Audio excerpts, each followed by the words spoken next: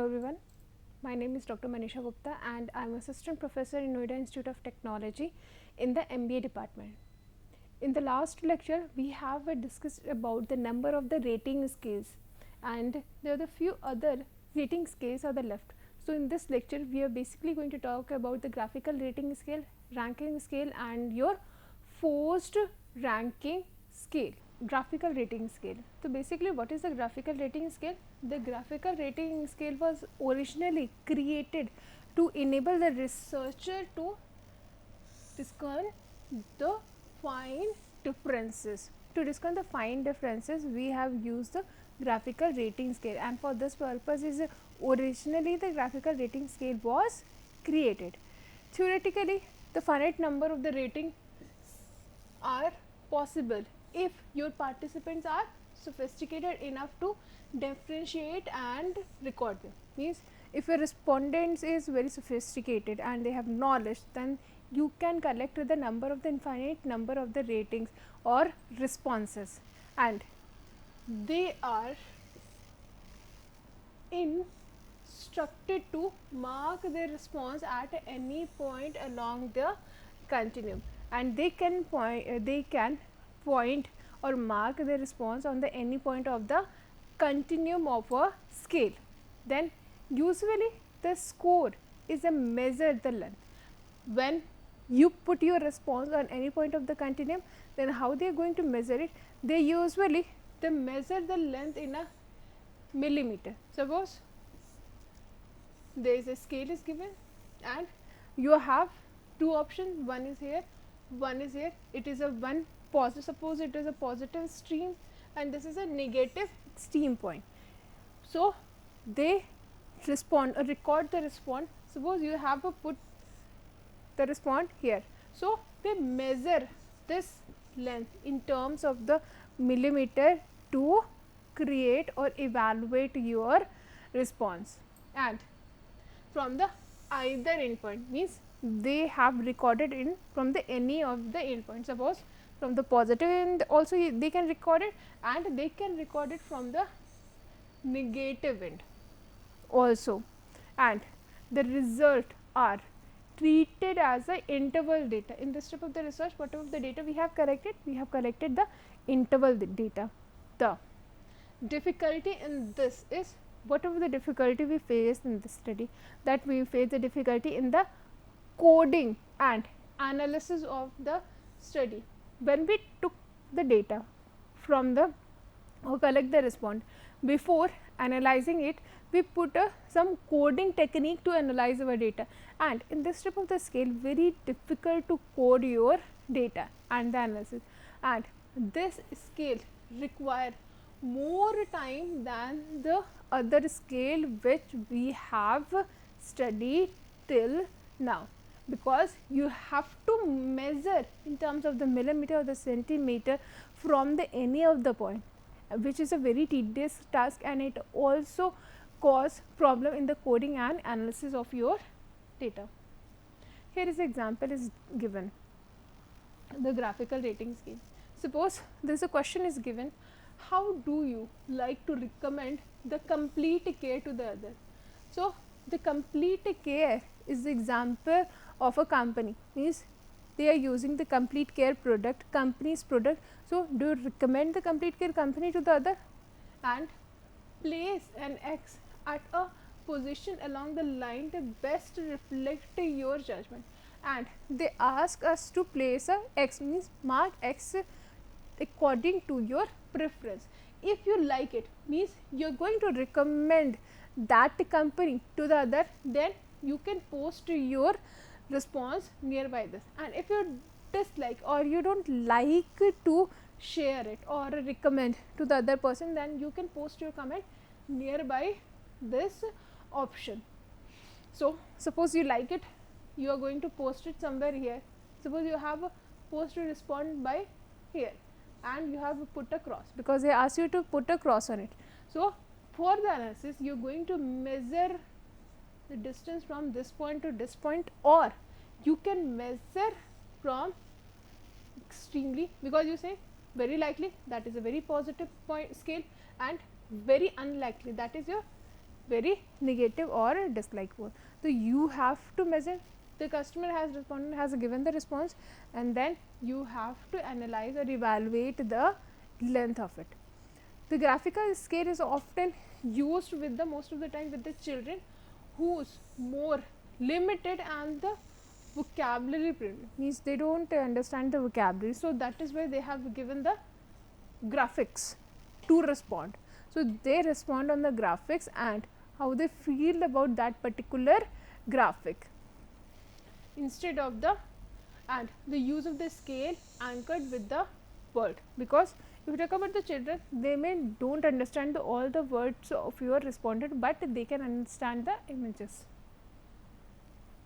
What is the limitation of your graphical rating scale? The limitation of the graphical rating scale is the respondent may check at most at any position along the line, which in fact may increase the difficulty in analysis, because if you put your, suppose in this length anywhere cross, then that is a very difficult to analyze, and in the graphical rating scale you have given the respondent to put their response at any point of the continuum, which is difficult to analyze. Then the meaning of the term may depend upon the respondent frame, means whatever the options you have given, like in the previous slide you have seen that they have given the emojis, one is smiling, other one is not smiling, or that doesn't look that look unhappy. So you have understand it, but what has happened when the people use the different images, like you have use images like thumbs up. What do you mean by the thumbs up? Means people like it, and if you give the second image is like thumbs down, means you don't like it. But these type of the symbols may mean different for the different people in the different cultures. So how you are going to perceive those responses will depend upon your background, or we can say the respondent frame of the reference. So the meaning and the term depend upon the respondent frame of the response so much that the statement might be challenged in terms of the equivalence, means the response which you have collected. Suppose in the one culture the meaning is different for the other, although they want to give the same response, but they, because of the difference in their understanding, they may put their response on a different side. Suppose one have put their response different side, one has put their response on this side, but although they are want to give the similar response, but their basic understanding is different, they have perceived it differently because of their sampling frame of reference. Next scale is your staple scale. So what is the staple scale? Staple scale was originally developed to measure the direction and the intensity of the attitude simultaneous, means you are not only measuring the direction, means either you like it or dislike, you also measuring the intensity of the attitude, means how much you like it and how much you dislike it. So in the staple scale we measure both the likeliness, or we can say the in what direction our respondent want to respond, and also how much intensity in their responses. The modern version of the staple scale place a single adjective at a substitute for the semantic differential. In the semantic differential we have seen the two poles, that is a responder of the bipolar, but in our modern staple scale they have given the one single objective. If you remember the staple scale, they have two important bipolar, one is here, other is here, and you have to rate between that. But in the staple scale the adjective or the response just in middle, and there is a different numbers on the both of the side of that single adjective. Then the modern version staple scale place the single adjective at a substitute of the semantic differential when it is difficult to create a bipolar adjective, means this type of the scale is used when we are not able to create two proper bipolar response as we have used in our semantic differential scale. Then modified scale place the single adjective at the center of the even number of the numeric values, means you have put it as center and both side you have given the equal numeric value, but one side you have given the numbers in a positive, other side you have given the number in the negative. Steeple scale, here the example is given of the steeple scale. Now take a look what there is an instruction is given, they have a certain instruction is given to give you a response. Suppose they select the plus number of the word that you like the description of the personal banking of the bank accuracy. Here they are trying to collect the data about your banking experience, and they said if you are accurate and you think whatever the question is asking from you, you are like it or you are positive to it, then you put your response to the positive side, or you think that the questions which are asked is accurate or correct, then you responded positive side. But the more accurate you think the word describe the bank, the larger plus number you should choose. Means if you think the response is more accurate, then you choose the higher positive value. Means higher positive value when you are going to choose, when you think that the response is more and more accurate. Then the select the minus number of the word you think to do not describe the bank accurately. Means you choose minus value if think the whatever the option is given, the bank is not providing it accurately or correctly or positively, they have not given you. And select less accurate value if you think the word describe the bank are larger minus number, then you should choose. And if you think that is a very least accurate, whatever the response you have choose, if they are very least accurate, then you choose more negative value. Suppose in the first question they are asked about the friendly person, means if you visit a bank, then their staff is very friendly. If you think they are friendly, then you can select from the positive side, and if you think they are not friendly, then you choose in the negative side. But how friendly they are, and if they are so friendly, then you may choose for the this option. If you think they are somewhat more, then you can choose for this option, and if you think they are very extremely friendly, then you will go for the +5. And in the same way, if you think the personnel or the staff is not very friendly, or you can say they are unfriendly, then if they are less unfriendly, then you can choose for the this. But if you think the bank personnel is not at all cooperative and they are not friendly or not at all they are friendly, they are extremely unfriendly, then you can choose this value, means -5 you can choose. In the similar way, there is one more example is they given competitive loan rate. If they ask that the bank is giving the competitive loan rate or not. Suppose in the industry the average rate is given 12% and the bank is also giving you the 12%. So you can say that they are giving the competitive loan value. So you can choose the respond in these options. But if you think they are giving the high loan rate, suppose the market rate in most of the banks providing you the 12%, but they are charging 14% suppose. So you may select -2 or -3, depends upon. But if they are providing you the 18%, which is extremely high, then you may select the -5 value. So this is how the steeple scale works.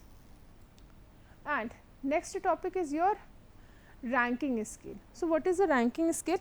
Basically the ranking scale is also your close-ended scale that allow the respondent to evaluate the multiple row item in a relation to the one column item or the question in the rank survey and then rank the row item. Means they here they have the number of the items in a row and they ask you the rate in a one column, or you can say you are asking to respondent to rate their options or the responses. In this scale used of the, and this type of the scale is mostly used in your market research to ask the ranking question. If you want to rank and you want the customers a preference in the ranking, suppose why do purchase any product and you have given the certain characteristics of the product and you ask them to rank them, that what is the most preferred reason you purchase that product. So, you asking the customer to rank on the basis of their need, that why they have chosen any product to purchase it on. And next, on the ranking scale, the question may be in terms of the, whatever the question we have asked, you can ask the product in terms of the features, like you want to rank the product feature, that what is the best feature of the product, what is the least best feature of the product, or the need of the product or the want of the customers towards their product. And it can be used in both online and offline survey. Today most of the time we are using the online survey, which is most of the easiest way of the survey. So, you can also use the ranking scale in your online service also, and also in your offline survey. And what else we can do with the rating scale? You can also rate the existing product and the ranking scale and give the more detailed answer to whether the customer like the product in a question or not. You can also ask the questions to the customer about your existing product, that what they like about your product, what they dislike about your product, how much what they want to improve, and you ask those questions in terms of the ranking, that you ask them to rank it on the basis of their features, the basis of the quality, or what things should be need to change first. Then in the ranking scale, the analyze the ranking question is not as straightforward as a performing or the simple numeric analysis. It uses average ranking analysis, for which it involves the two stages.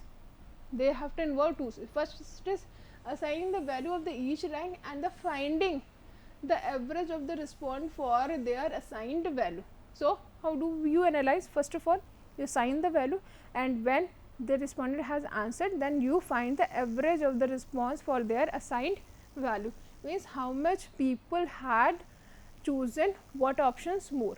Now, what are the advantage and disadvantage of your ranking scale? So, there are the few advantage and disadvantage.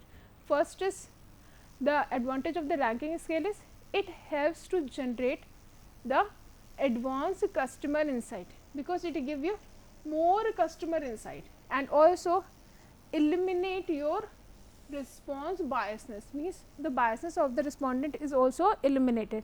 Then easy to use, this technique or scale is also very easy to use. Then what are the disadvantage of this ranking scale is, it is not easily interpreted, because when you talk about the ranking, it is not easily interpreted.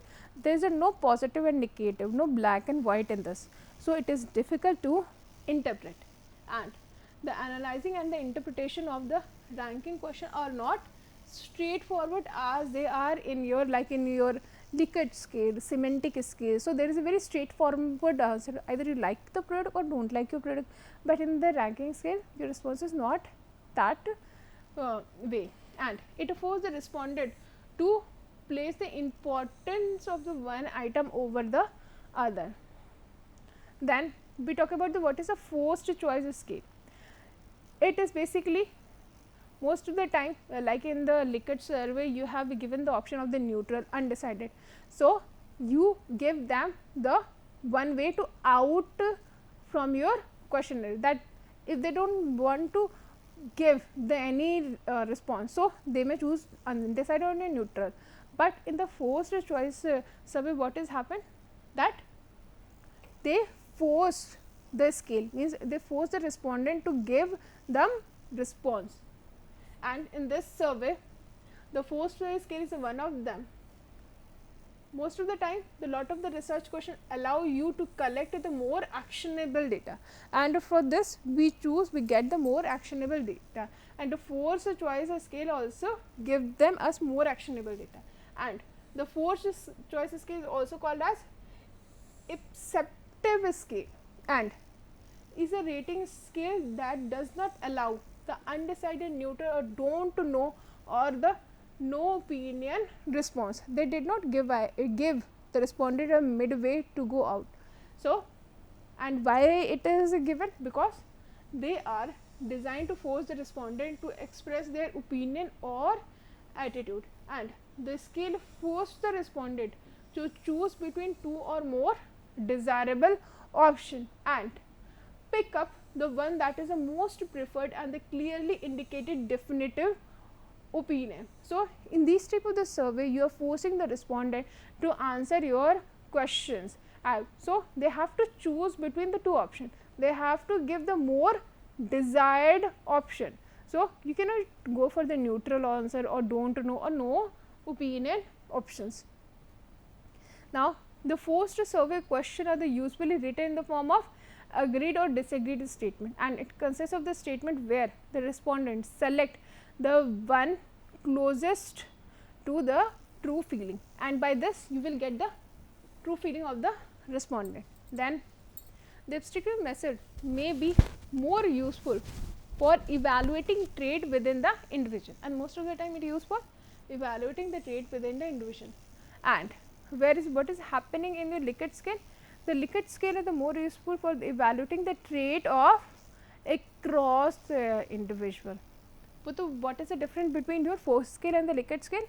The forced scale measure may be more useful in evaluating the trait within the individual, where the Likert type of the scale is more useful in evaluating the trait across the individual.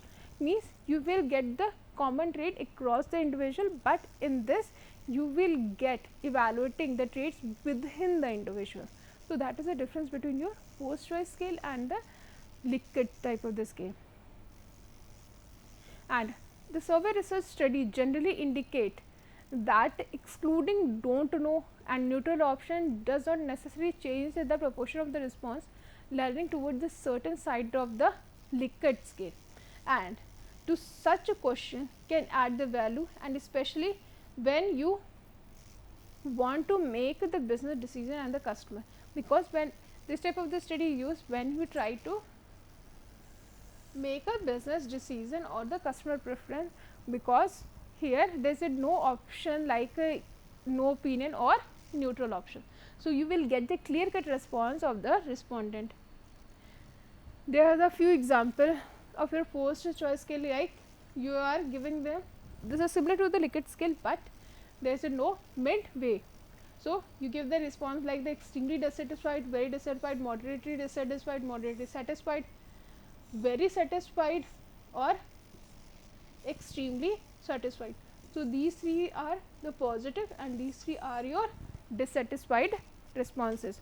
You have forced the respondent to give you the clear picture that what they are thinking. And in the last, there is a last scale which we have to discuss, which is the Thrustone differential scale. This is the one of the most formal and very old scale.